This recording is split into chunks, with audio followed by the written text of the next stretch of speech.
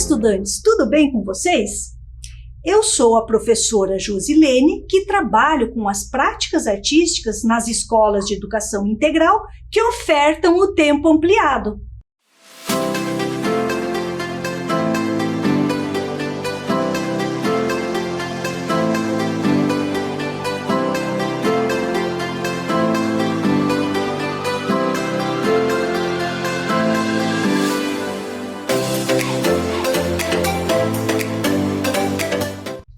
Na nossa aula de hoje, vamos falar sobre coleção. Você sabe o que é uma coleção? Vamos ver o que o dicionário da língua portuguesa nos fala? Ele nos diz que é uma reunião de objetos da mesma natureza. Trouxe alguns exemplos aqui para vocês. Uma coleção de óculos, uma coleção de rolhas, e uma coleção de fotografias. Vou contar para vocês que eu tenho duas coleções. Uma coleção de livros, que eu tenho numa prateleira bem grande, onde eu tenho livros de literatura infantil, livros de contos, livros técnicos de teatro, de artes visuais, de cinema, de dança. Por quê? Porque esta é a minha área de estudo, certo? E eu tenho todos organizados lá na minha casa. Esta é uma coleção. A minha segunda coleção é de etiquetas. Eu gosto de colecionar etiquetas de roupas. Sabe aquela etiquetinha? Não é aquela que dá coceira, mas aquela etiquetinha que vem na roupa quando a gente compra.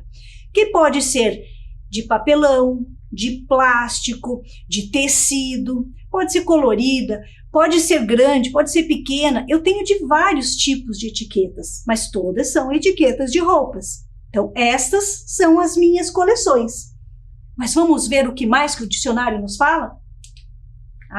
Ele nos diz que é um conjunto de objetos escolhidos por sua beleza, raridade e valor.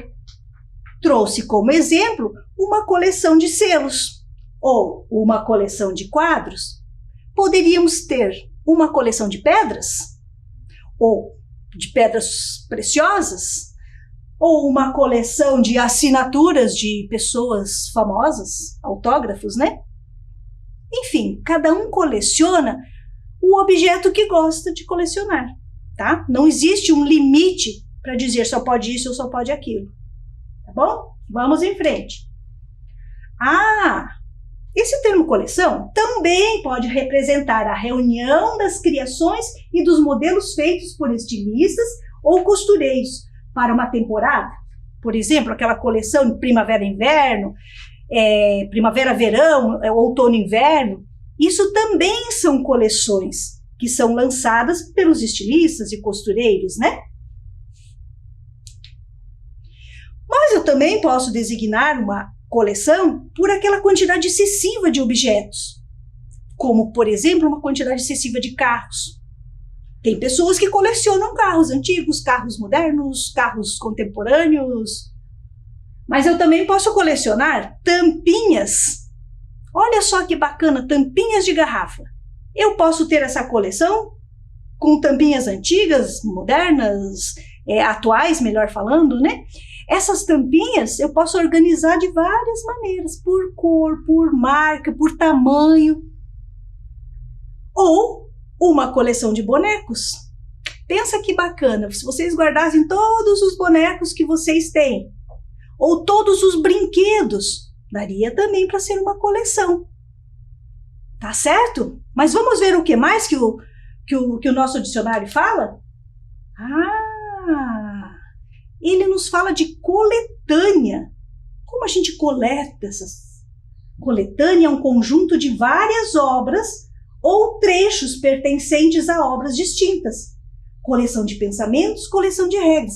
A coleção também pode ser uma coletânea de pequenos textos, de pensamentos de um mesmo autor ou de diferentes autores que tratam de um mesmo assunto. Eu posso organizar uma coleção de pensamentos. Ou de poemas também de diferentes autores. Isso é possível. Vamos ver o que dois estudantes gravaram para nós, mostrando as suas coleções? Vejam o vídeo lá, gente. Oi gente, tudo bem? Meu nome é Marina Nascimento, eu tenho 20 anos e atualmente eu estudo Relações Internacionais. Hoje eu tô aqui para mostrar para vocês a minha coleção de moedas, que eu comecei a fazer fazem mais ou menos uns 3, 4 anos. E eu comecei a ter interesse nessa coleção mais ou menos na época das Olimpíadas do Rio, de 2016, que foi quando surgiram aquelas edições especiais da moeda de R$1. E a partir daí eu comecei a pesquisar muito mais sobre a moeda brasileira e descobri que alguns anos, algumas moedas são muito mais produzidas do que nos outros anos, então isso atribui um valor maior, algumas são muito mais raras do que as outras. E também eu descobri que o Brasil mudou muito de moeda durante a sua história. E aí eu comecei a colecionar e hoje eu não coleciono não só as moedas brasileiras, mas também moedas do mundo inteiro. Vou mostrar elas para vocês agora. Então eu trouxe aqui algumas moedas para mostrar para vocês. Essas aqui, elas são as moedas internacionais que eu tenho, então Chile, Argentina, Estados Unidos, Rússia e Espanha. Essas aqui, elas são as moedas mais antigas que eu tenho, que são as moedas mais antigas do Brasil, que voltam lá para 1890, 1920, que são os réis. E vocês podem ver que elas estão mais deterioradas, é bem difícil você encontrar elas em bom estado. E aqui tem várias outras moedas que o Brasil foi adotando ao longo dos anos, então dá pra ver que elas mudaram bastante, assim, de tamanho, design, foi de cruzeiro para cruzado, voltou para centavo. E aqui eu tenho algumas edições especiais, então tem as edições das Olimpíadas de 2016, tem do 25 anos do Real, de aniversário do Banco Central, e tem essas edições mais antigas que remetem à FAO e outros órgãos também. E eu trouxe essas duas aqui, o ano mais raro do Real é 1999, então eu tenho quase todas as moedas de 1999 já, só falta a de 10 centavos. E essa aqui seria, essa de 25 centavos seria o ideal, né? Dá pra ver que ela tá brilhosa, ela tá em um bom estado. E pra você manter uma moeda assim, o ideal é você não ficar tendo contato com as suas mãos com a moeda o tempo todo. Então, a forma que eu armazeno elas é nesse coin holder. E aí eu coloco elas em um portfólio dentro desse papel. E eu guardo elas das mais antigas para mais novas e, por último, eu coloco as edições especiais. Que legal, né, gente? Coleção de moedas. Puxa, eu acho que eu nunca tinha pensado nisso. Apesar de que eu tenho algumas moedas da Copa que eu guardei lá. Mas não pensei em fazer coleção, mas eu tenho algumas guardadas lá, que são objetos raros, que não estão mais em circulação, essas moedas. E a Marina teve essa ideia, né? Ela coleciona moedas. Vamos ver o que o Uriel coleciona, gente? Olá pessoal, tudo bem com vocês? Meu nome é Uriel Fonseca, eu tenho 23 anos e desde criança eu sempre gostei muito de colecionar as coisas. Até hoje eu tenho guardado meus álbuns de figurinha da Copa do Mundo, Campeonato Brasileiro, e essa é uma das coisas que eu mais colecionei durante minha vida. Mas hoje eu vou mostrar para vocês a minha coleção de modelos de plastimodelismo. O plastimodelismo, ele é um hobby meio antigo, surgiu ali pela década de 50, de 60, e ele consiste em você ter um kit de plástico, onde você tem várias pecinhas de diferentes tamanhos, diferentes tipos, onde você vai colar essas peças seguindo um manual, você vai pintar elas e você vai dar forma em alguma coisa. É muito comum você encontrar kits de carros de corrida, carro civil, aviões antigos, aviões modernos, navios de todos os tipos, tem várias edições assim. E eu nunca me apeguei muito a um único tipo de modelo, e então eu sempre fiz aquilo que eu fosse gostando de querer montar. Mas esses kits, eles são divididos por escalas. Então, cada modelo existe escalas padrões. Por exemplo, para aviação, nós temos escalas 1 para 72, 1 para 48, 1 para 32 e aviões até mesmo maiores. Essas escalas, na verdade, funcionam assim. Por exemplo, uma escala 1:72 significa que aquele kit que você tem pequenininho, ele é 72 vezes menor do que o modelo real. Então, com base nesse kit menor que você monta, que você pinta, você consegue ter uma noção de tamanho real daquele avião. Isso é uma coisa bem interessante. Inclusive, é um dos critérios que eu uso para separar a minha coleção. Por exemplo, eu tenho um avião na escala 1:72 e um tanquezinho de guerra também que é na escala 1:72. Eles, quando estão próximos, você consegue ter uma noção de tamanho. E essa noção de tamanho é refletida para a diferença de tamanho real entre esses dois, esse veículo e esse avião. Os dois carros que eu tenho, eles são na escala 1:24, ou seja, eles são 24 vezes menor do que o tamanho real desse carro. E quando vocês colocam eles um do lado do outro, você tem uma diferença de tamanho não tão significativa, pois eles são da mesma escala. Então, esse é um dos motivos pelo qual eu separo a minha coleção por escala.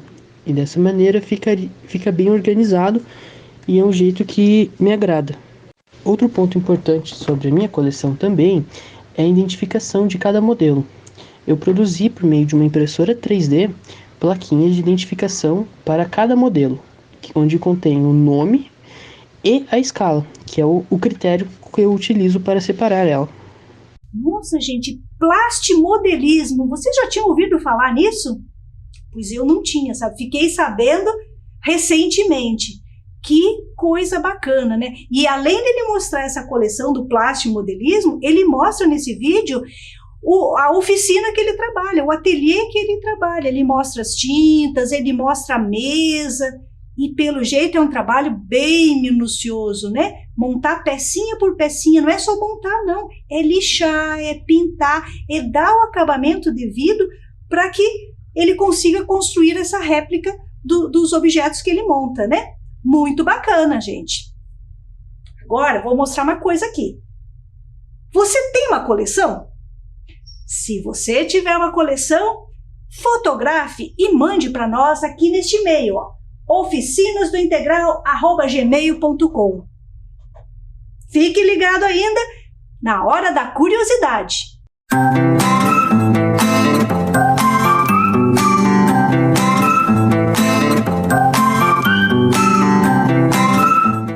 É hora da curiosidade. Quero apresentar para vocês uma outra coleção. É minha, mas não é minha, é nossa. É uma coleção de aproximadamente 150 imagens que foram selecionadas a partir do Acervo Municipal de Arte. Acervo? Acervo, isso mesmo. Vocês sabem o que é um acervo? Acervo significa grande quantidade de alguma coisa que pode pertencer a uma única pessoa, uma família, uma instituição ou a nação. Este termo acervo refere-se a uma coleção que integram para um patrimônio. Patrimônio? Sim, patrimônio. Olha que palavra interessante para a gente saber também. Mais uma. Patrimônio. Refere-se a um conjunto de obras ou bens culturais que são classificados conforme a sua natureza. Natureza? Sim, gente, eles podem ter uma natureza histórica, artística, bibliográfica, científica, documental, entre outras. Mas vamos ver o que a professora Giannini vai falar para nós sobre patrimônio. A professora Giannini é uma professora que trabalhava na rede municipal de ensino e que é especialista em patrimônio cultural. Vamos lá, gente? Oi, eu sou a Giannini. Eu vim aqui para falar com vocês sobre patrimônio. Vocês sabem o que é patrimônio? Já ouviram essa palavra?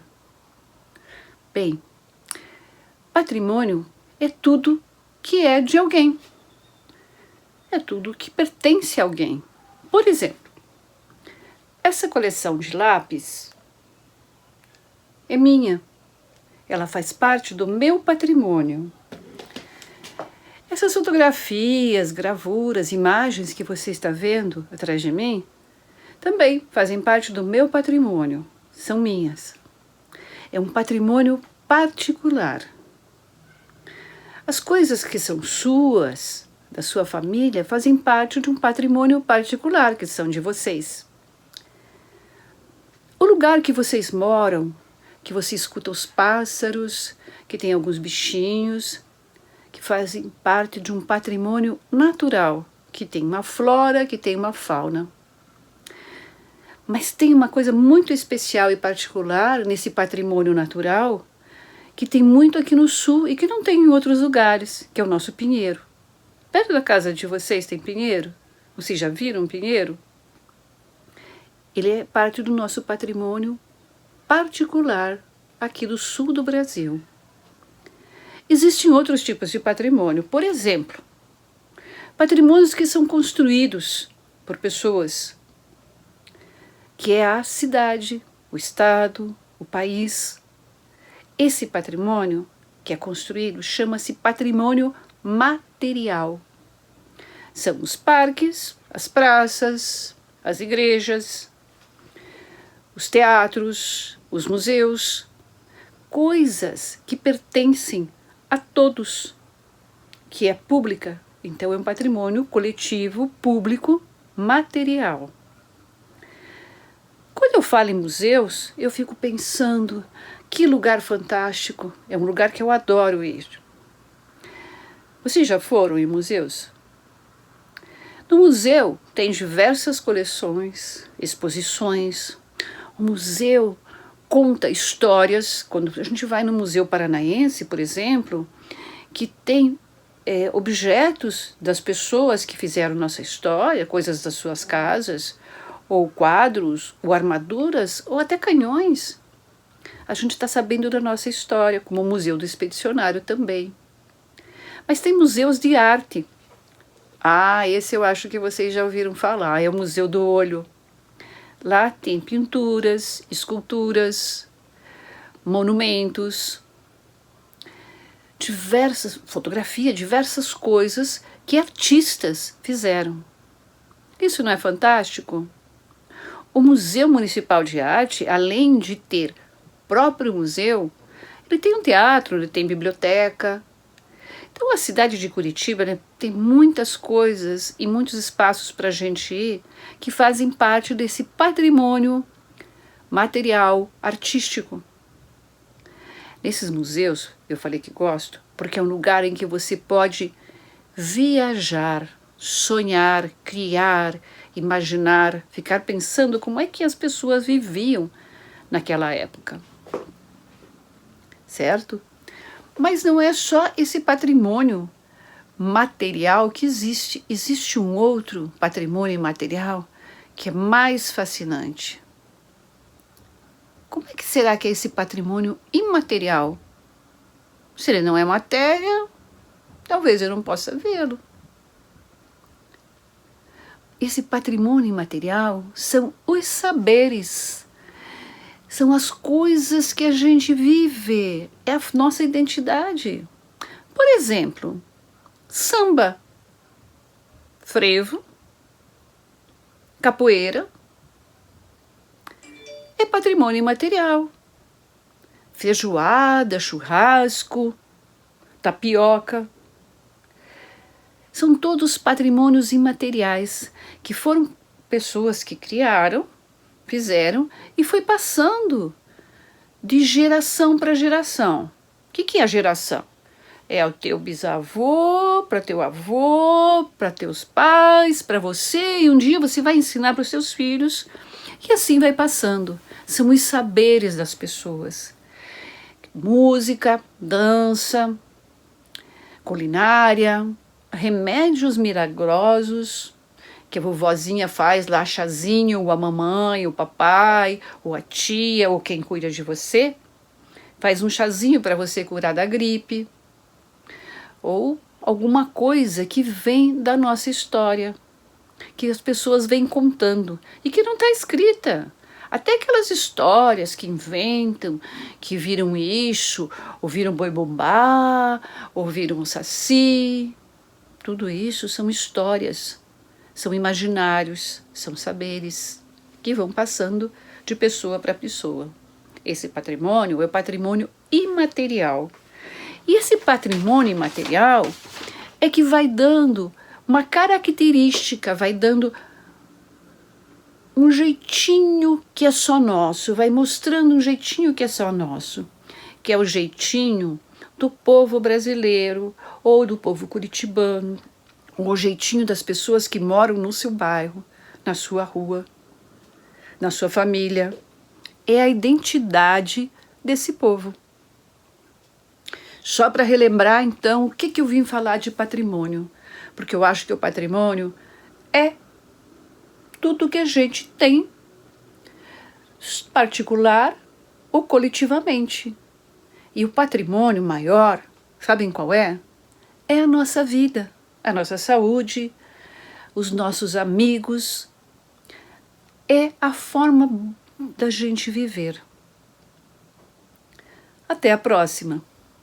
Obrigada, professora Janine. Quantas coisas você trouxe aqui pra gente hoje. Puxa vida, fiquei aqui pensando, se olharmos à nossa volta, se olharmos para a nossa roupa, para o nosso corpo, gente, nós somos o próprio patrimônio, porque nós nos construímos na cultura que estamos inseridos.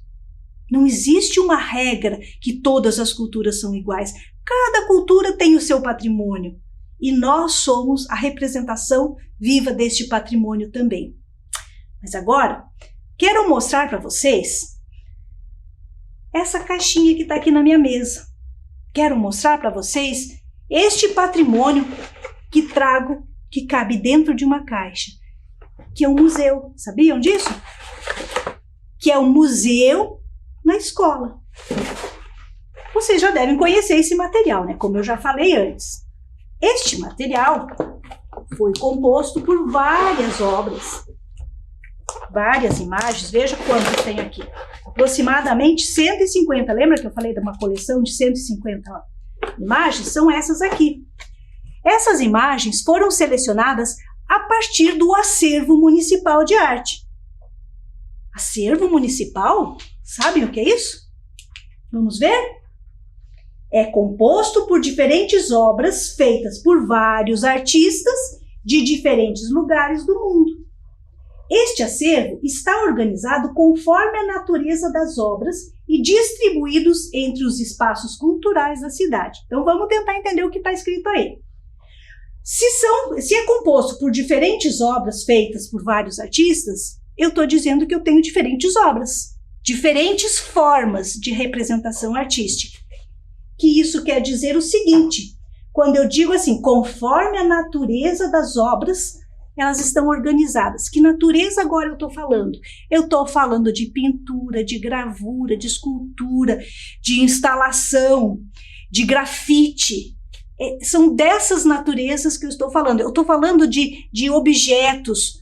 Eu estou falando de objetos nossos próprios, de casa, ou seja, de qualquer objeto eu estou falando, de arte ou não. Então, esse acervo municipal, ele tem todos esses objetos, vamos chamar assim, artísticos ou não, guardado. E esse acervo pertence à nossa cidade. Quando eu digo pertence à cidade, não é pertence ao prefeito, à secretária, pertence a nós, cidadãos. Esse não quer dizer que eu posso pegar lá e levar para minha casa, mas quer dizer que eu tenho direito sim de visitar esses espaços, de conhecer essas obras e ter orgulho de dizer, essas obras são do acervo municipal. Por isso que esse material aqui está em todas as escolas, porque ele traz um pedacinho desse acervo municipal para dentro da sala de aula.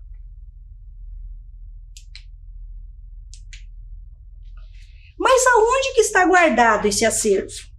Esse está dentro dessa caixinha que eu mostrei para vocês. Mas esse acervo maior, que eu falo o acervo municipal, esse acervo está guardado em vários espaços culturais da nossa cidade.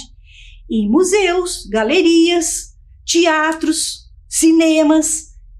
Esses lugares guardam esse acervo e também mostram para o público esse acervo.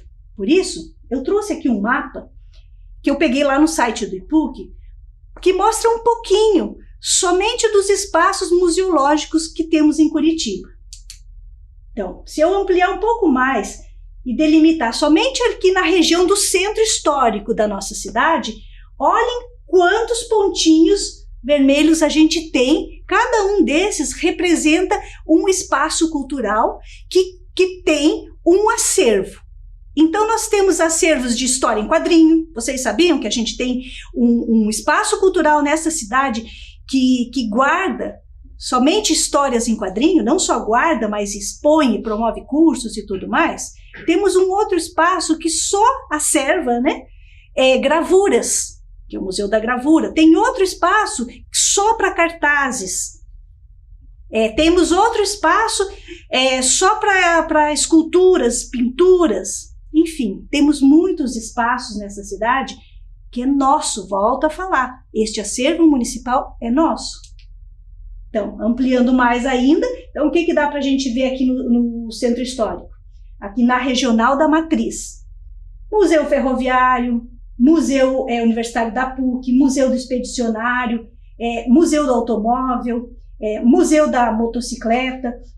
Desculpe, eu vou corrigir uma coisa aqui. Eu falei Centro Histórico, não só no Centro Histórico aqui, tá? Eu expandi o mapa para mais longe. Nós estamos na Regional da Matriz, o que eu estou mostrando para vocês, para além do Centro Histórico, ok? E este material que eu mostrei para vocês, o Museu na Escola, é uma pequena amostra, é um pequeno acervo que temos a partir de um acervo maior, que é o municipal.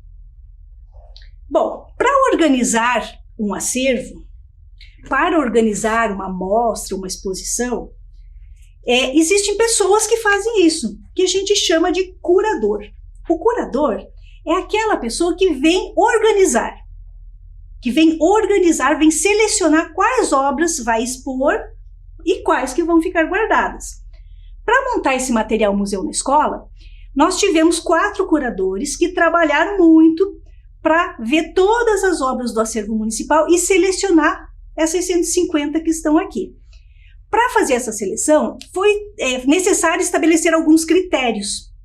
Então, que critérios nós estabelecemos? Para estabelecer critérios, não existe uma regra. Os curadores é que estabelecem sobre quais critérios que vai organizar a exposição. No caso nosso, era organizar um pequeno acervo. Então, aqui nós utilizamos como critério a abstração, cotidiano, natureza, paisagem, objetos, criança, corpo, retrato. Então, são assuntos temáticos justamente para que a gente pudesse fazer essa seleção. Agora, vamos colocar a mão na massa?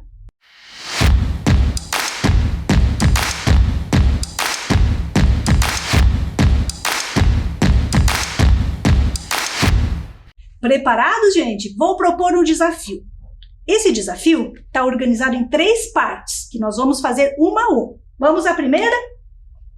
A primeira parte desse desafio, vocês vão escolher um espaço cultural da nossa cidade que vocês gostariam de visitar.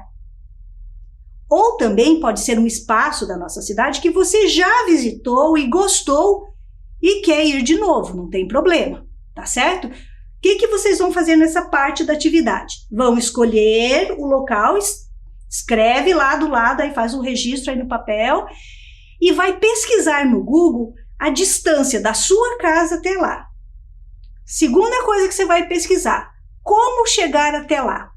Qual o meio de transporte que vai, qual é o ônibus, tá certo? Então vocês pesquisem aí, vou dar um tempinho para essa pesquisa e volto já.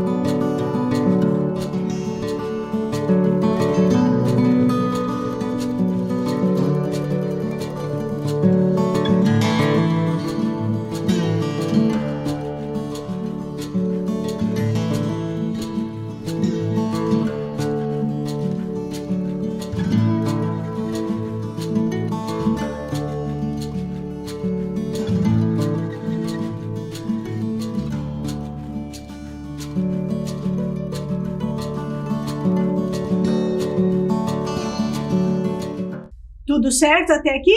Vamos passar para a segunda etapa dessa atividade. Vocês vão planejar essa visita. Quando eu falo planejar, é pensar em cada detalhe. Pense nessa visita como a coisa mais importante neste momento para vocês. Tá? O que vocês vão pensar? O que vocês vão planejar? Como você irá até lá? Vou de ônibus, vou de Uber, vou de bicicleta, não sei. Vou caminhando, vocês vão planejar isso daí. Escreve ali do ladinho também. Vão convidar alguém? Vai convidar a amiga, a namorada, o namorado, o pai, a mãe, sei lá. Escolham. Ou não vou convidar ninguém, quero ir sozinho? Tem problema também. O que você imagina que poderá ver nesse local? Se você já conhece o local, você já tem uma ideia maior. Se você nunca foi nesse local, pesquisa um pouquinho, põe no Google aí e vê o que tem nesse local, tá certo? Faça essa pesquisa, registra tudo aí do lado, que nós já vamos usar na próxima etapa da nossa atividade, tá certo?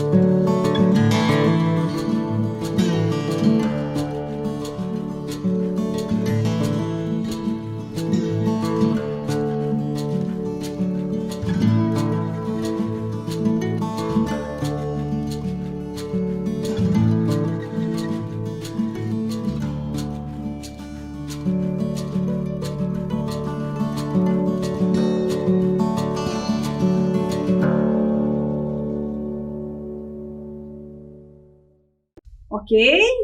Vamos então para a última parte da nossa atividade. Esta última parte, agora vocês vão trabalhar em cima de todos aqueles dados que vocês registraram aí. Vocês vão fazer um registro maior agora, que eu já explico como, de todas as informações que vocês tiveram até aqui, todas as partes dessa atividade, planejamento, tudo, certo? E vocês vão criar um mapa mental. Só que esse mapa mental, eu não tenho um modelo pronto aqui, porque cada um de vocês vai criar como vocês entenderem essa proposta, tá certo? O que é fazer esse mapa mental? Vocês têm que colocar lá o local que vocês vão, o trajeto que vocês vão fazer, tá certo? Esse registro agora da atividade 3, vocês podem fazer com desenho no papel. Eu quero que ele apareça como um mapa, certo? Não importa se ele é mapa, com trajeto assim, ou se é um mapa que sai uma seta para cá, outra seta para lá. Isso não importa. O que eu quero é que vocês organizem o pensamento de vocês e tornem esse planejamento todo visível. É esse que é o objeto que vai gerar agora, essas informações vai gerar um objeto artístico, tá? Então vocês vão pôr todas essas informações nesse desenho que vocês vão compor. É isso que eu vou chamar esse mapa mental, eu estou chamando desenho, tá certo? Então vocês podem pôr nesse mapa mental, eu acho que eu vou passar ali na rua 15, não, eu vou passar na casa do fulano. Coloca isso daí, isso faz parte do planejamento da visita, tá? Registrem todas as informações, mapeiem todo esse trabalho de vocês aí, tá certo? Vou dar um tempo maior agora para que vocês se organizem. Pensando que, para mapear, eu falei em desenho, mas nada impede, se vocês quiserem usar barbante, se vocês quiserem fazer uma colagem, fiquem à vontade, deem asas à sua imaginação, tá certo? Deixe pensar e vir como fluir para que vocês ponham isso no papel. Não existe um certo, não existe um errado, mas existe uma proposta de trabalho, tá certo? Vamos lá? Vou dar um tempo maior para essa atividade.